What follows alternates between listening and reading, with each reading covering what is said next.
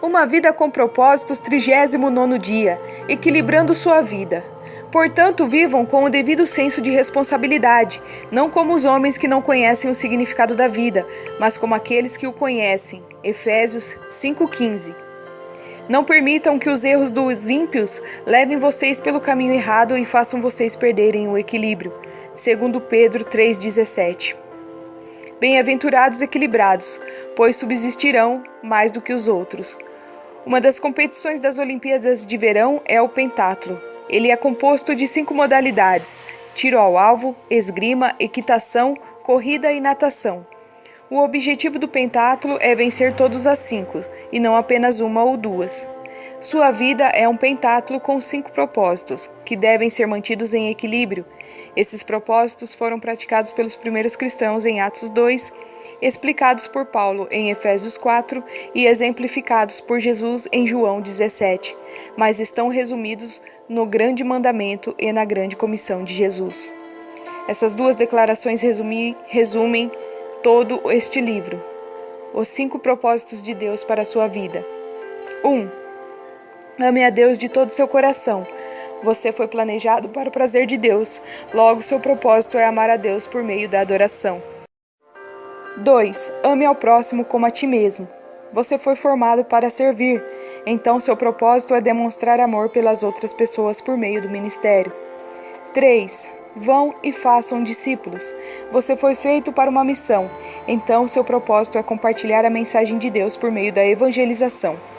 4. Batize-os em... Você foi formado para fazer parte da família de Deus, então seu propósito é se identificar com sua igreja por meio da comunhão. 5. Ensine-o todas as coisas. Você foi criado para se tornar semelhante a Cristo, então seu propósito é amadurecer por meio do discipulado. Um compromisso sério com o grande mandamento e a grande comissão fará de você um grande cristão. Manter os 5 propósitos em equilíbrio não é tarefa fácil. Todos tendemos a exagerar nos propósitos que nos despertam maior paixão e negligenciar os outros. As igrejas fazem a mesma coisa, mas você pode manter sua vida equilibrada e firme no caminho, juntando-se a um pequeno grupo para prestar contas uns aos outros, avaliando regularmente sua saúde espiritual, registrando seu progresso em um diário pessoal e passando o que aprendeu para os outros. Essas 4 atividades são importantes para um viver dirigido por um propósito. Se você prima por se manter no caminho certo, precisará desenvolver esses hábitos. Converse sobre o assunto com um companheiro espiritual ou em um grupo pequeno. A melhor maneira de assimilar as ideias deste livro é discuti-las com outras pessoas no ambiente de um grupo pequeno. A Bíblia diz: como o ferro afia o ferro, da mesma forma as pessoas podem ajudar melhor umas às outras. Aprendemos melhor em comunidade. Nossa mente fica mais aguçada e nossas convicções mais intensas por meio da conversa. Eu o exorto veemente a juntar um pequeno grupo de amigos e formar um grupo de leitura de Uma Vida com Propósitos, a fim de rever esses capítulos semanalmente. Vocês devem discutir as implicações e aplicações de cada capítulo. Devem perguntar: e daí? E agora? O que isso significa para mim, para minha família e nossa igreja? O que vou fazer a respeito disso? Paulo disse: ponham em prática o que vocês receberam e aprenderam. No apêndice 1, preparei uma lista de perguntas para debate para ser usado por seu grupo pequeno ou na escola dominical. Um pequeno grupo de leitura proporciona muitos benefícios que não podem ser alcançados somente por um livro. Vocês podem dar e receber opiniões sobre o que estão aprendendo. Podem tratar de exemplos da vida real, podem orar, incentivar e apoiar uns aos outros à medida que começarem a viver esses propósitos. Lembre-se de que fomos feitos para crescer juntos e não separadamente. A Bíblia diz: encorajem uns aos outros e deem forças uns aos outros. Após terem completado este livro juntos, em grupo, você poderá pensar em examinar outros estudos para uma vida dirigida com propósitos, disponíveis para grupos e classes. Também o encorajo a estudar a Bíblia individualmente. Registrei com notas ao fim do livro os mais de 1000 trechos da Bíblia utilizados neste livro, para que você possa estudá-los em seu contexto. Leia por gentileza o apêndice 3, que explica o porquê de terem sido utilizadas as paráfrases em diferentes traduções, visando a manter esses capítulos adequados à leitura diária. Me foi impossível explicar o fascinante contexto da maioria dos versículos utilizados. Entretanto, a Bíblia foi feita para ser estudada por parágrafos, capítulos e até mesmo livros inteiros. O meu livro pode ajudá-lo a realizar estudos indutivos. Faça em si mesmo uma inspeção espiritual periódica. A melhor forma de equilibrar os 5 propósitos na sua vida é fazer uma avaliação periódica de si mesmo. Deus dá grande valor ao hábito da autoavaliação. Somos orientados pelo menos 5 vezes nas Escrituras a verificar e a examinar nossa saúde espiritual. A Bíblia diz: examinem-se para terem certeza de que estão firmes na fé. Não se desviem achando que tudo está garantido. Realizem em si mesmo exames regulares. Testem-se. Se falharem no teste, faça algo a respeito. Para manter a saúde física, você precisa de exames regulares com o médico, para que possa avaliar seus sinais vitais, pressão, temperatura, peso e assim por diante. Para sua saúde espiritual, você precisa verificar regularmente os 5 sinais vitais da adoração, comunhão, crescimento do caráter, ministério e missão. Jeremias aconselhou: vamos fazer um bom exame na maneira que estamos vivendo e reorganizar nossa vida debaixo da autoridade de Deus. Na Saddleback, desenvolvemos uma ferramenta simples de avaliação pessoal que tem auxiliado milhares de pessoas a permanecer no propósito de Deus. Se você desejar uma cópia dessa análise da saúde mental para uma vida dirigida por propósitos, pode me enviar um e-mail, que está no apêndice 2. Você ficará surpreso ao ver como essa pequena ferramenta o ajudará a alcançar o equilíbrio para uma vida saudável e de crescimento. Paulo disse que a ideia entusiástica do princípio seja igualada pela ação realista do presente. Anote seu progresso em um diário. A melhor forma de consolidar esse seu progresso no cumprimento dos propósitos de Deus para a sua vida é manter um diário espiritual. Não se trata do registro de acontecimentos, mas de lições de vida que você não gostaria de esquecer. A Bíblia diz: por isso é preciso que prestemos maior atenção aos que temos ouvido, para que jamais nos desviemos. Podemos nos lembrar do que registramos. Os pensamentos se desembaraçam quando passam pelos nossos dedos. A Bíblia traz vários exemplos em que Deus manda as pessoas manterem um diário espiritual. Ela diz: conforme a orientação do Senhor, Moisés manteve um registro do seu progresso.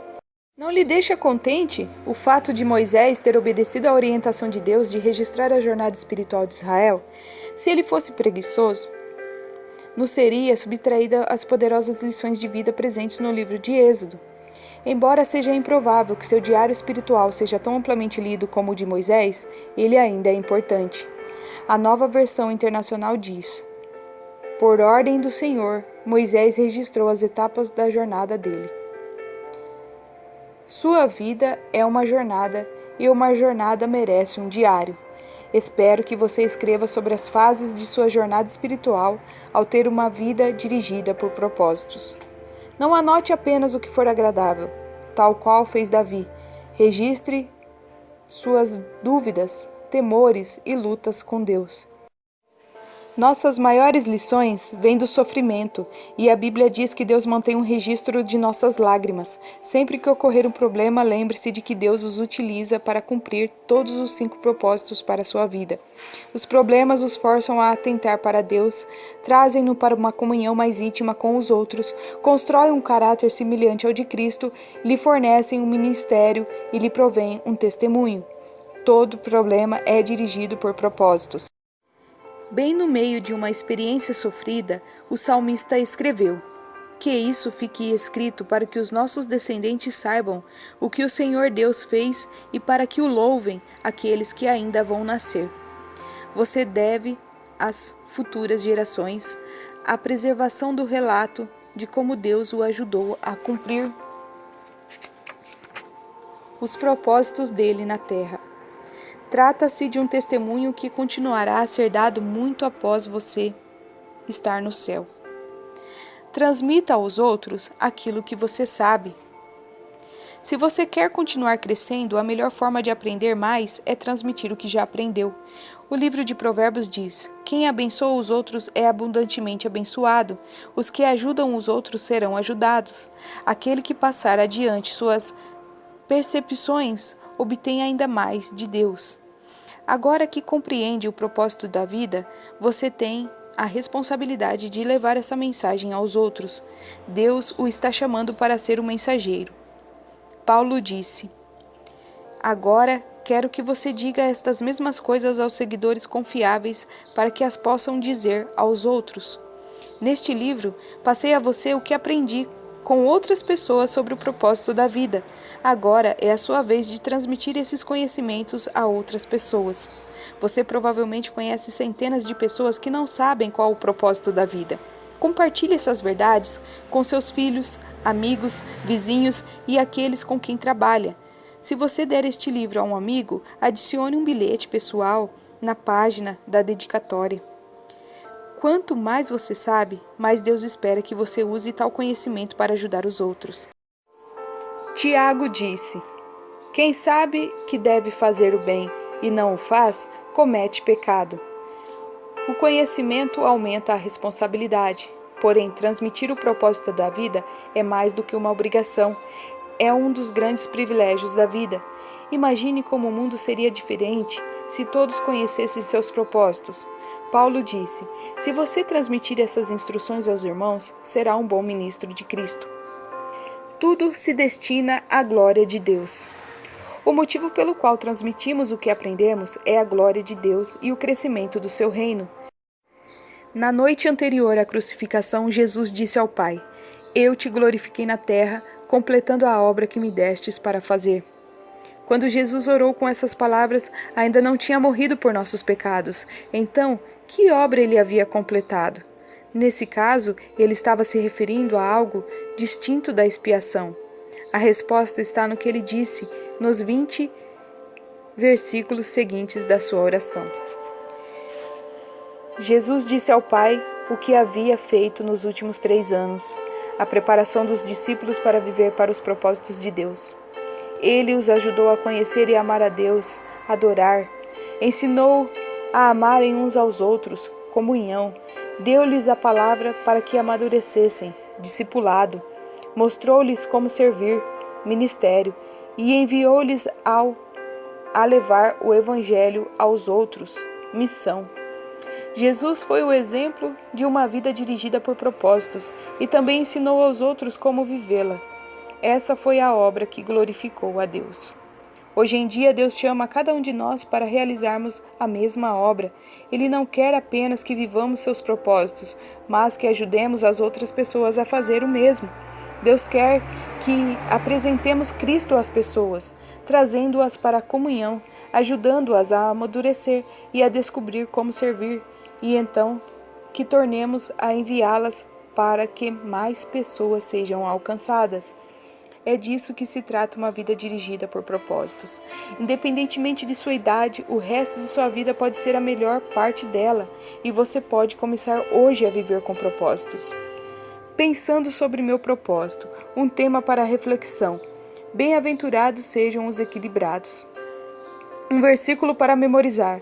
Portanto, vivam com o devido senso de responsabilidade, não como homens que não conhecem o significado da vida, mas como aqueles que o conhecem. Efésios 5:15. Uma pergunta para meditar. Quais das 4 atividades vou iniciar para permanecer no caminho e equilibrar os 5 propósitos de Deus para a minha vida?